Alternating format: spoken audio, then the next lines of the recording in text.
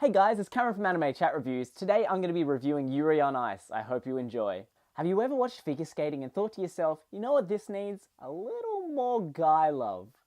No? That's just me? Well, that's what Yuri provided for me. Despite its very misleading title, Yuri on Ice is actually a closer to being yaoi than it is Yuri. To find out what I mean, I suggest you watch the rest of this video. If you disagree with anything I've said in this video, we'd love to hear from you and discuss it in the comments below.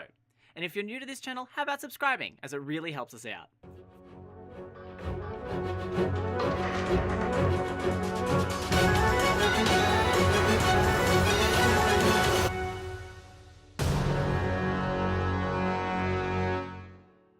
This anime confused me a little with its title. The name Yuri on Ice implied a very different anime to the one that I watched.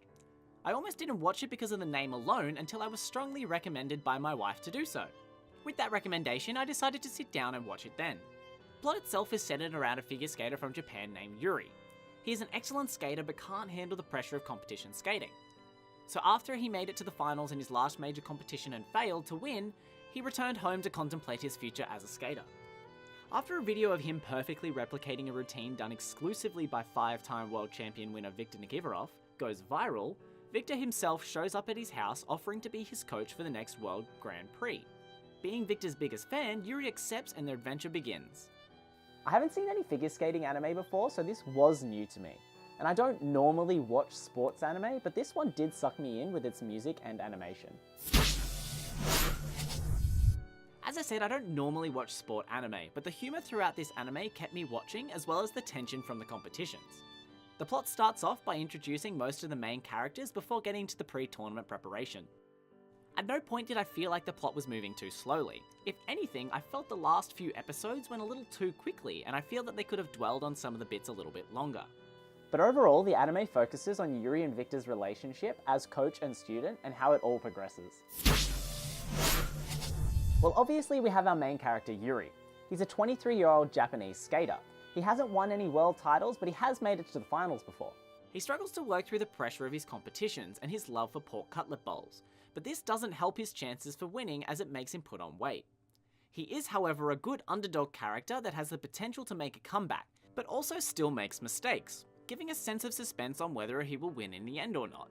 Our other main character is Viktor Nikiforov. He is a 5-time world champion who takes a break from his skating career to coach Yuri. Viktor, if you couldn't tell by his name, is Russian. He is very light-hearted about everything, which is the complete opposite to Yuri, making them a good contrast. However, he does have his serious moments, mostly when he is internally trying to think of the best way to help Yuri with his anxiety and how to best be a good coach. There are many other skaters that Yuri gets to know along his journey, all of which have different personalities that test Yuri and his want to win gold. For me, the animation is the absolute highlight of this anime. The way they show the figure skating is so beautifully done. They transition from hand-drawn panels to 3D models seamlessly, with only a few moments in the series that this is done. I actually didn't notice straight away that they had used 3D models until I realized the movements they were doing. The way the camera follows the characters as they skate tracks them like a camera from the sideline would.